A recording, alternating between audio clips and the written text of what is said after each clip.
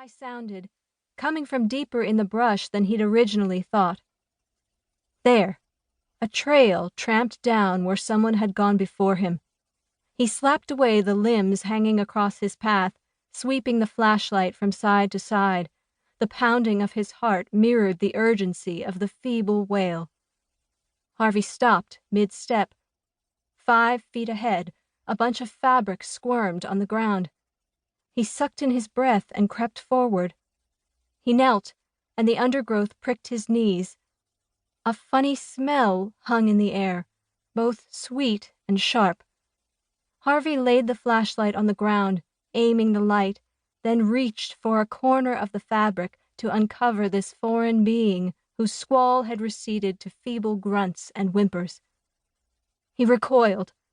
The tiny thing with squinched tight eyes was covered in drying blood and a white cheesy substance. Taking the corner of the fabric, he wiped the baby's face, crouching close as he inspected for injury. The baby stilled at his touch and gave a languid blink. Their gazes locked for a fleeting moment. Everything faded. No sound of road noise. No buzz of mosquitoes by his ear. A tiny fist raised. He brushed the baby's palm, and it wound its pink fingers around Harvey's thumb. Warmth exploded in his chest, then traveled all the way through him. He swept the bundle into his arms and with a spare shirt rubbed until the child's perfect pink skin was cleared of blood. An injury-free baby girl, naked, wrapped in a man's flannel shirt. Harvey stood and turned a slow circle. Babe pressed close. Where had she come from? Who left her behind? He undid the top 2 buttons of his large shirt and tucked the baby inside to share his heat. Would the wild pounding of his heart hurt her ears? She had a full head of dark, downy hair. Now dried, it stood up in fuzzy curls that tickled his chest. He stroked her cheek, and she jerked her head toward his touch, searching. Faint grunts. She bobbed her open mouth against his skin. Sorry, little one. I don't have anything for you. Let's get back to camp and we'll figure something out.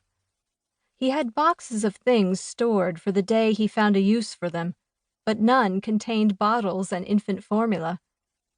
Baby girl, finally convinced food wasn't available, ceased her fretting, nuzzled, and fell asleep, lulled by the sway of his long stride. Harvey pressed his lips in a line. Should he pack her in a basket and deposit her on the doorstep of a nice suburban home? A hospital?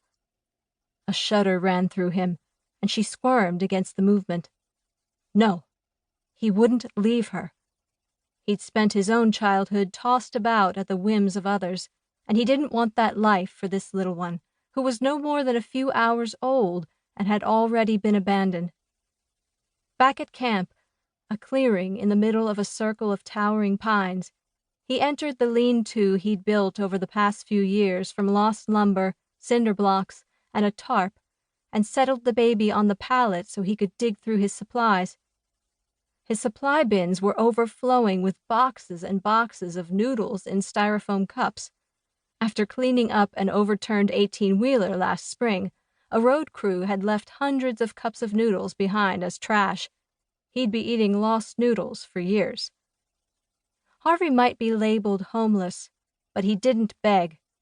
In 30 years of walking this earth, he'd never asked anything from anyone. Didn't need to. People abandoned and lost enough for him to live on. But since newborns couldn't eat noodles or the fish he caught from the creek, it was time to deviate from his well-oiled life plan. He couldn't wait for a diaper bag to fall off a luggage rack.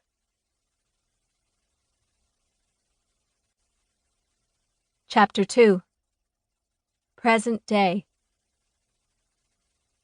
The atmosphere in her office shifted, that almost imperceptible awareness of another's presence.